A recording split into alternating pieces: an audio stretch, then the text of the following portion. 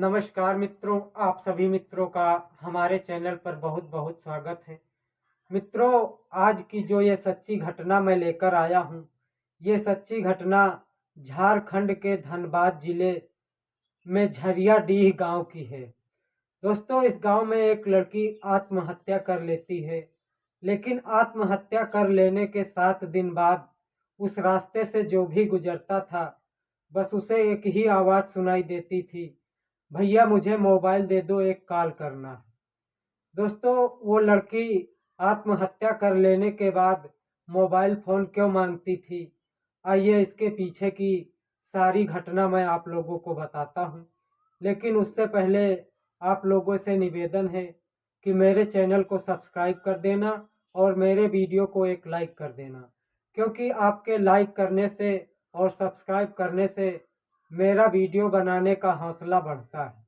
तो भाइयों, इसमें आपका जाता ही क्या है, एक लाइक और एक सब्सक्राइब कर देना। दोस्तों, झारखंड के धनबाद जिले में झरियाडीह गांव में एक 19 वर्ष की लड़की होती है। लड़की पिछले वर्ग की होती है और एक 21 वर्ष का लड़का जो ऊंची जात का होता है। दोस्तों, दोनों एक ही गांव के थे और एक ही कॉलेज में पढ़ते थे। दोनों पढ़ते पढ़ते एक दूसरे के दोस्त बने। दोस्त बनने के बाद में कब दोनों ने एक दूसरे से प्रेम कर लिया, किसी को पता भी नहीं चला। अब वो दोनों एक जिस्म दो जान बन चुकी थी। लेकिन दोस्तों, अब जैसे ही उनका परवान चढ़ा प्यार का, ये बात उनके घर वालों और गांव वालों को पता चल गई। दोस्तों, अब ये बातें समाज को मंजूर कहाँ थी, हमारा समाज इसे एक्सेप्ट नहीं करता। इसलिए उन दोनों लोगों का काफ़ी विरोध होने लगा। दोनों लोगों के ऊपर काफ़ी दबाव था। लड़की के घर वाले भी लड़की को मारते पीटते थे, लड़के के घर वाले भी उसे काफ़ी मारते पीटते थे और एक दूसरे से मिलने से मना करते थे। लेकिन दोस्तों, ये दोनों मानने वाले कहाँ थे। दोस्तों, ऐसे चोरी छिपे मिलते रहते हैं और ज़माना इनका विरोध करता रहता है।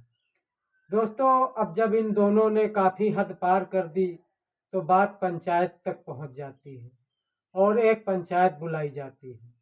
दोस्तों, पंचायत में लड़की के साथ नाइंसाफ़ी होती है, क्योंकि पंचायत करने वाले लोग भी ऊंची जात के होते हैं, इसलिए उस लड़के का सपोर्ट करते हैं और उस लड़की को दोषी ठहराते हैं और इन दोनों लोगों को न मिलने के लिए बताया जाता है। लेकिन दोस्तों, ये दोनों मानने वाले नहीं थे। फिर भी ऐसे ही मिलते रहते थे चोरी छिपे, कभी चौराहे पर, कभी स्कूल के बहाने, कभी कहाँ, ऐसे ही मिला करते थे। लेकिन दोस्तों, अब इन दोनों का काफ़ी विरोध इनके घर वाले करने लगे। फिर इन दोनों ने एक फैसला किया कि चलो हम दोनों मिलकर शादी कर लेते हैं। लेकिन शादी करने के लिए घर वालों मंजूर नहीं थे।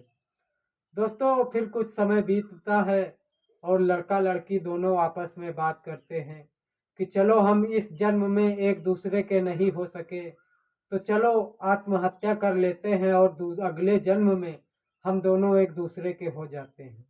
लेकिन उससे पहले ये एक शर्त है कि हम दोनों मिलकर पहले किसी मंदिर में शादी करेंगे, फिर दोनों एक साथ जान दे देंगे। दोस्तों, दोनों एक समय फिक्स करते हैं और वो समय आ जाता है।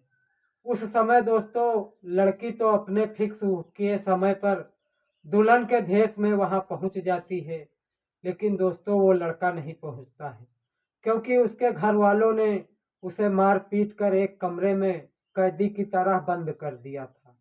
दोस्तों, वो लड़का काफी चिल्लाता है, रोता है, बिलखता है, घर वालों से रिक्वेस्ट करता है कि मुझे छोड़ दो, लेकिन घर वाले कहाँ मानने वाले थे।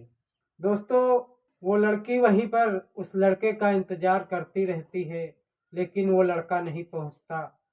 फिर वो लड़की उस रास्ते से जो भी इंसान गुजरता उससे उसका मोबाइल फ़ोन मांगती और कहती भैया अपना मोबाइल दे दो, मुझे एक कॉल करना है। दोस्तों, वो लड़की ऐसे ही सारा दिन करती रही, जो भी मिलता उसका मोबाइल लेती और उस लड़के के नंबर पर फ़ोन लगाती, लेकिन फ़ोन लगने वाला कहाँ था, क्योंकि उस लड़के का मोबाइल उसके घर वालों ने ले लिया था। दोस्तों सुबह से शाम हो जाती है और वो लड़की सोचती है कि लाओ मैं अपने घर को वापस चली जाऊं। लेकिन फिर वो लड़की सोचती है मैं कौन सा मुंह लेकर अपने घर वापस जाऊं। दोस्तों उन दोनों ने पास के गांव में एक झील थी, वहीं ये मिलने का फैसला किया था और वो लड़की वहीं इंतजार करती रहती है। वहीं पर रात गुजार देती है।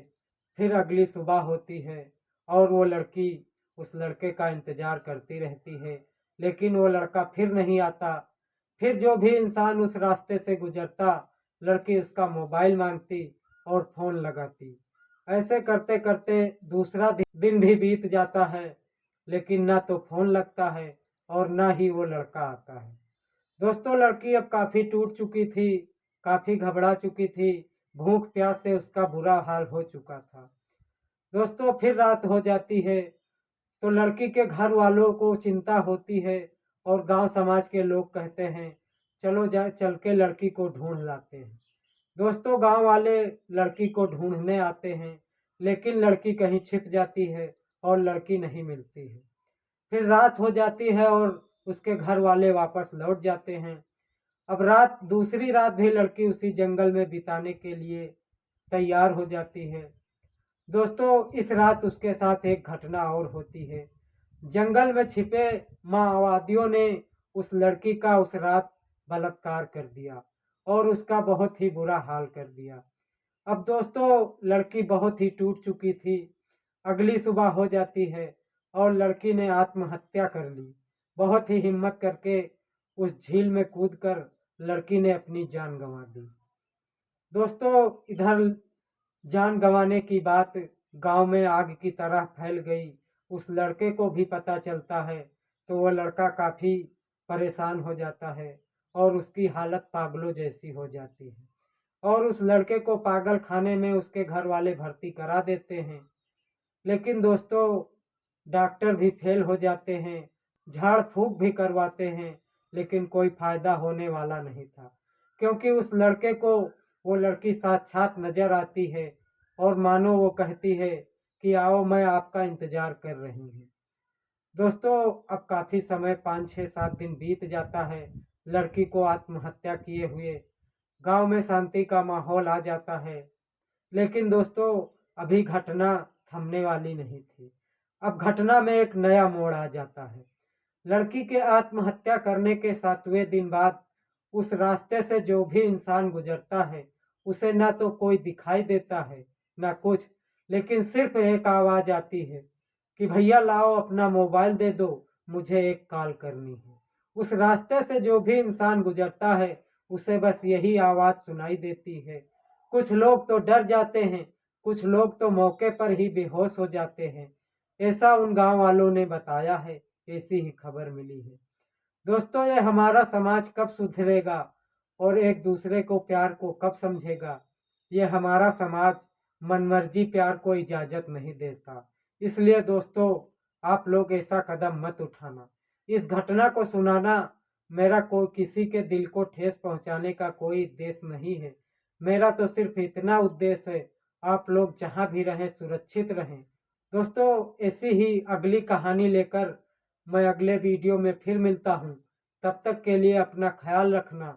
जय हिंद, वंदे मातरम।